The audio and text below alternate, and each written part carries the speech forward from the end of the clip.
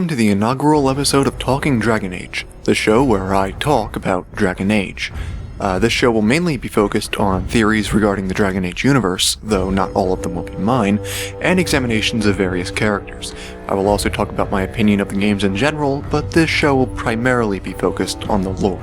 I should also tell you that I may occasionally talk about things a little out of order, but it will usually be for the best effect and will all come together towards the end of the video, or video series in some cases.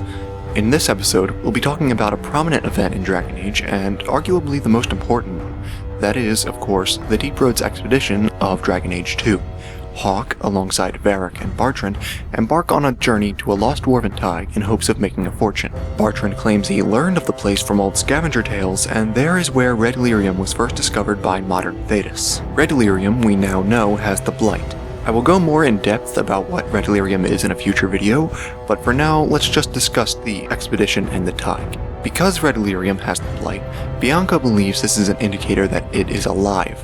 It is revealed that people are used to create more Red Lyrium, which allows it to spread. Dorian even comments about it in the alternate future at Redcliffe, asking why it is coming out of the walls. Perhaps it had something to do with the breach, but either way, this may indicate that Red Lyrium and normal Lyrium by association are more akin to a fungus or a plant than a mineral. Varric claims he wrote to every mining cast in Orzammar and no one had ever seen it before. If Red Lyrium can really grow like that, why was it never seen outside that Thaig?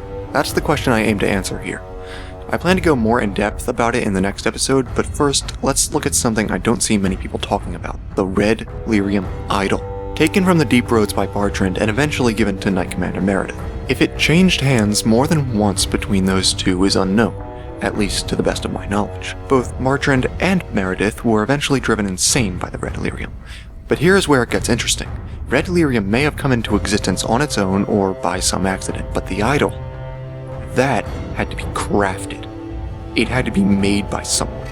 Likely whatever dwarves were in that ancient Thaig, but regardless, the idol was not a natural thing. That being said, Bartrand comments to Hawke that nothing in that Thaig made sense. Not the Red Lyrium, the lack of dwarven statues, nothing. He states that dwarves haven't changed much in recorded history, and thanks to the Shepard, that goes back pretty far. So, knowing that, and knowing that Red Lyrium had never appeared outside that Thaig, and knowing the Red Lyrium Idol had to be handcrafted, my theory is this. It wasn't a Thaig at all. It was a vault, meant to seal the Red Lyrium and the idol inside, and the records were wiped from the Shepard so no one would ever find it again. Looking around that place, it seems pretty clear no one was ever meant to live there, and Thaigs are supposed to be the dwarven equivalent of a colony.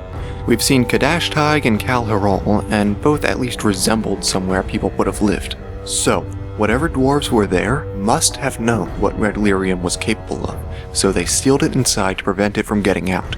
And if it's one thing we know about dwarves, they build their structures to last. That's it for this episode, guys. Thank you so much for watching. If you have any ideas on how to improve the show or theories you'd like to see covered on this show, be sure to leave a comment, and I'll see you guys next time.